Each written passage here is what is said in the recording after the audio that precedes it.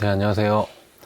오늘은 카이엔 디젤, 미션 오일, 그리고 앞뒤 디퍼런셜, 그리고 TC 오일 교환 작업을 소개하려고 하는데요. 이 차량은 11만 킬로가 살짝 넘은 상태의 그 958 카이엔 후기형 디젤 모델입니다.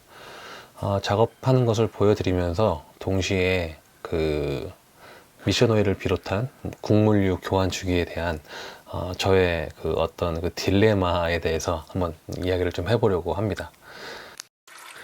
네, 다른 파트 오일을 교환하기 전에 먼저 그 미션 자체의 온도도 좀 낮출 겸 미션 오일을 먼저 배출을 하고 있습니다.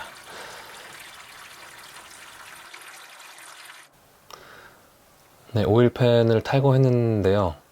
카이엔 디젤의 경우에 이제 미션 오일 팬이 이 서브 프레임에 살짝 가려져 있다 보니까 볼트 풀기가 좀 많이 까다롭거든요. 그래도 그 벤츠 ML보다는 조금은 나은 것 같지만 그래도 카이엔도 만만치 않은 것 같습니다.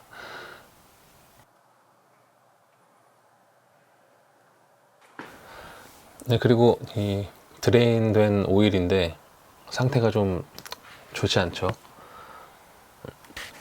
그리고 여기 자석에 보시면은 보시다시피 쇳가루가 엄청 많이 포집이 되어 있는데 오일의 색깔이나 이렇게 쇳가루들 보면은 사실 정말 오일을 무조건 교환해야 되겠다라는 생각밖에는 들지 않습니다.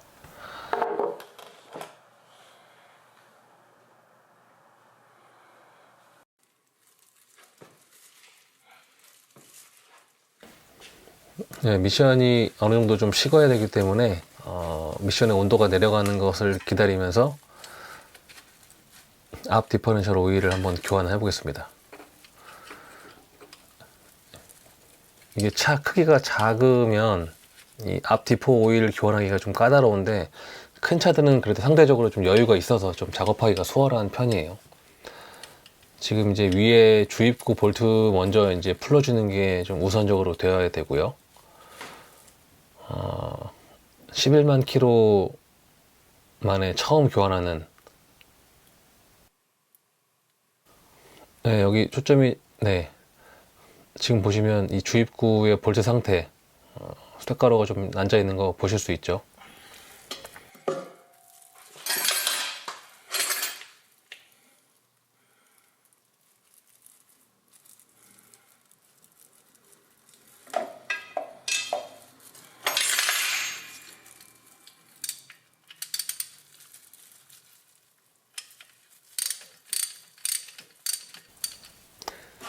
네, 그럼 이 11만 킬로 정도 만에 이제 처음 교환하는 앞 디퍼 오일의 색은 어떨까요?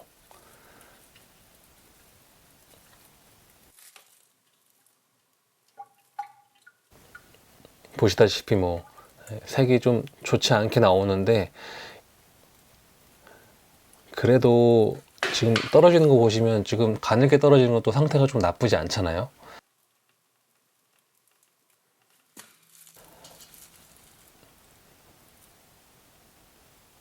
자, 그리고 다음은 이제 초점이 잘 안 잡히는데, 네, 드레인 플러그의 상태도 비슷하게 좀 쇳가루가 좀 앉아 있는 상태입니다.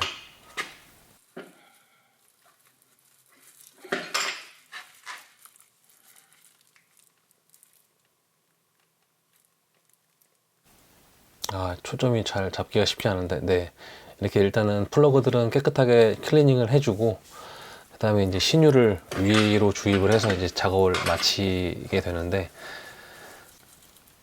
D4오일 같은 경우는 뒤보다는 앞을 더 자주 교환해 주는 것이 좀 좋다고 생각을 해요. 왜냐하면은 이 D4 오일의 용량 자체가 뒤보다 앞이 훨씬 적기 때문에 오일이 적으면 그만큼 좀 금방 상하거든요. 그래서 앞보다는 뒤를 좀 더 자주 교환해 주면 좋긴 한데 뭐 실질적으로 그렇게 하기가 쉽지는 않죠. 네, 다음은 리어 디퍼런셜 오일 교환인데요. 앞에 비하면 뭐 뒤는 진짜 작업하기가 너무 쉽습니다. 이 상단의 주입 플러그의 상태인데 이 초점 잡는 게, 네, 앞에 비해서는 조금 쇳가루가 좀 덜한 느낌이에요. 자, 그럼 11만 탄 리어 디포 오일 상태는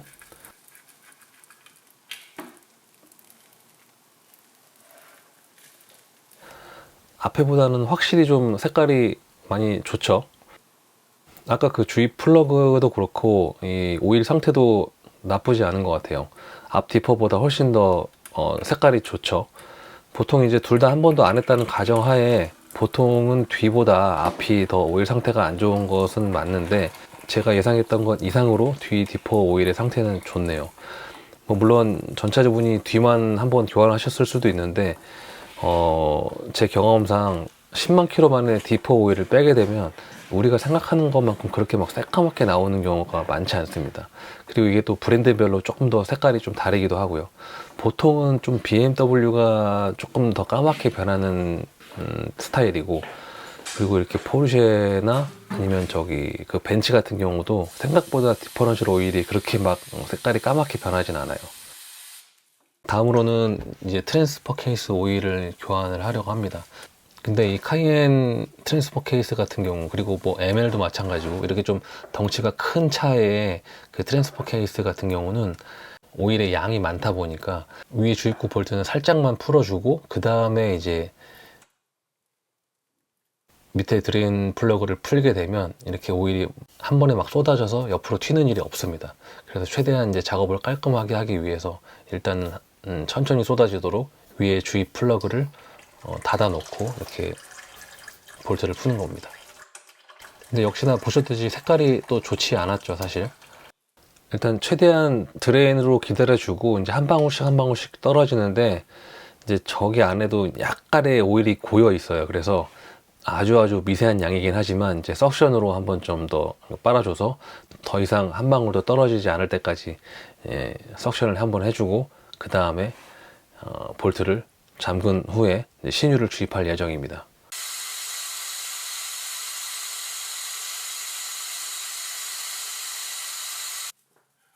보통 뭐 이 TC도 마찬가지고 디퍼런셜 같이 기어 오일들은 그냥 이렇게 레벨링 하는 방법이 그 주입구 홀에서 조금 넘치면 이제 닫는 그런 방식인데, 사실 순정 같은 경우는 주입구 홀을 열었을 때 오일이 넘치진 않습니다. 이 주입구 홀보다 조금 낮은 상태로 이제 주입을 한다라는 뜻인데요. 그 얘기는 뭐냐 하면은 이 주입구 이상으로 오일을 넣었을 때는 사실 그 안에가 완전히 밀폐가 되어 있기 때문에 그 오일의 양에 따른 어떤 가스라든지 그런 압력들이 너무 지나치면은 이제 이런 디퍼런셜이나 이런 트랜스퍼 케이스의 누유를 좀 초래할 수도 있다, 이런 이유로 아마 그렇게 양을 딱 맞춰 놓는 것 같거든요. 근데 문제는 저희가 이제 신유를 주입할 때는 그 넘치지 않을 만큼의 양이 이제 얼만큼인지 볼 수가 없잖아요. 그래서 저 같은 경우는 이제 신유를 주입하고 오일이 막 콸콸콸 나오거나 오일이 막 어느 정도 계속 넘치고 있는데 그냥 닫는 것이 아니라 오일이 거의 넘치지 않을 때까지 기다렸다가 주입 플러그를 닫는 방식으로 작업을 하고 있습니다. 네, 이제 하부 곡물류는 교환이 모두 끝났고요. 마지막으로 시동 걸고 레벨링 하기 전에 연료 필터도 교환을 해줍니다. 디젤 모델 같은 경우는 가솔린과 다르게 이렇게 연료 필터를 한 번씩 교환을 해줘야 하는데요. 연료 필터는 보통 뭐 6, 7만 킬로 뭐 그 정도에 한 번씩 해주셔도 충분하다, 뭐 이렇게 말씀드리긴 하는데, 요즘에는 사실 엔진 오일을 제외한 그 다른 그 소모품들의 교환 주기가 살짝 애매해진 것 같다, 뭐 이렇게 생각이 듭니다.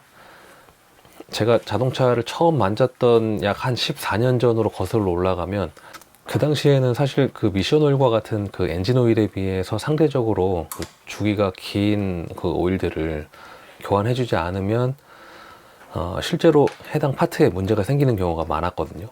따라서 이제 오일을 권장 주기마다 교환하시라고 말씀드리는데 어떤 그런 거리낌이 없었죠. 그런데 이제 자동차를 구성하는 파트들의 그 내구성이 점점 좋아지고, 해당 파트에 적용되는 오일이나 그런 냉각수 같은 케미컬의 내구성이 굉장히 또 좋아지다 보니까 뭐 그런 케미컬류를 뭐 교환하지 않아도 좀처럼 문제가 생기지 않는 경우가 좀 많아졌습니다.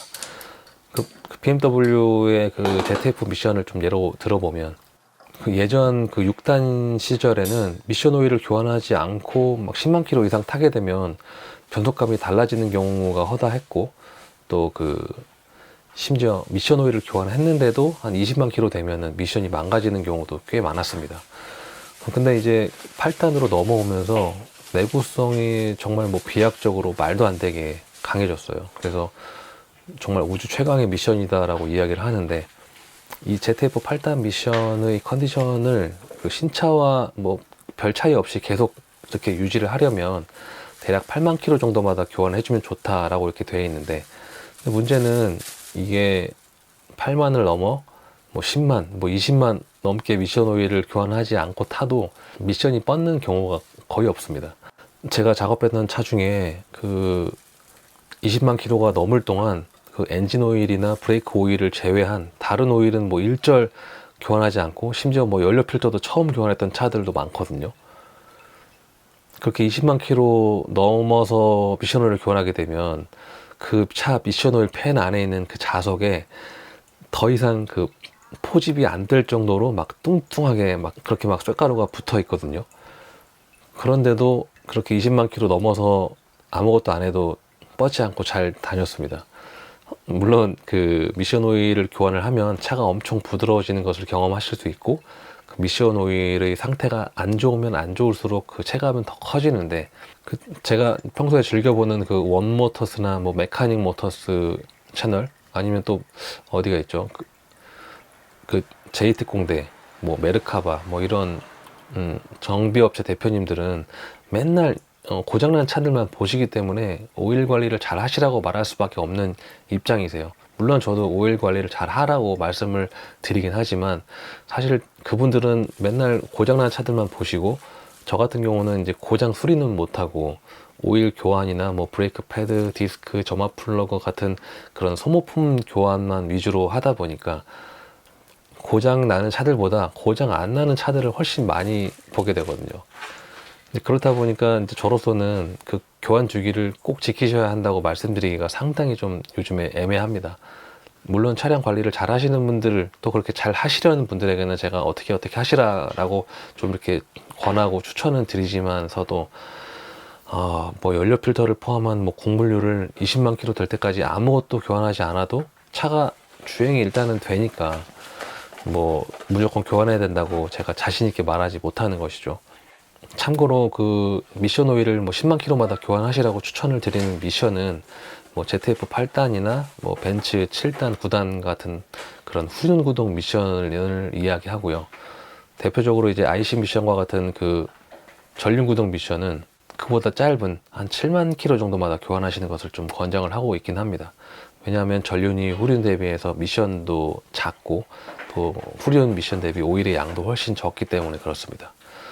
뭐 그러니까 정리하자면, 자동차 소모품을 권장 주기에 교환하지 않고도 잘만 주행이 되는 차들이 많다 보니까, 저로서는 꼭 권장 주기에 교환하시라고 권하기가 참 애매해서 권해야 되나 말아야 되나 뭐 이렇게 좀 딜레마에 좀 빠지기도 하는데요. 한 가지 확실한 것은 권장 주기를 무시하게 되면 차 컨디션은 계속 떨어지게 된다는 겁니다. 뭐 요즘 100세 시대라고 하는데 100세까지 꾸역꾸역 생명 그렇게 연장하듯이 살다가 가는 것과 100세까지 건강하게 내 두 다리로 걷다가 가는 것, 뭐 이렇게 한번 비유를 하고 싶은데, 전적으로 뭐랄까 차주의 선택이기 때문에 강요할 수는 없지만, 내 차가 한 10만 킬로 넘었다면 미션 오일이라든지 그런 기어 오일들 한 번쯤은 좀 고민해 보시는 것도 나쁘진 않을 것 같습니다. 네, 그럼 오늘 영상은 여기까지이고요. 네, 또 다음 영상에서 뵙도록 하겠습니다. 감사합니다.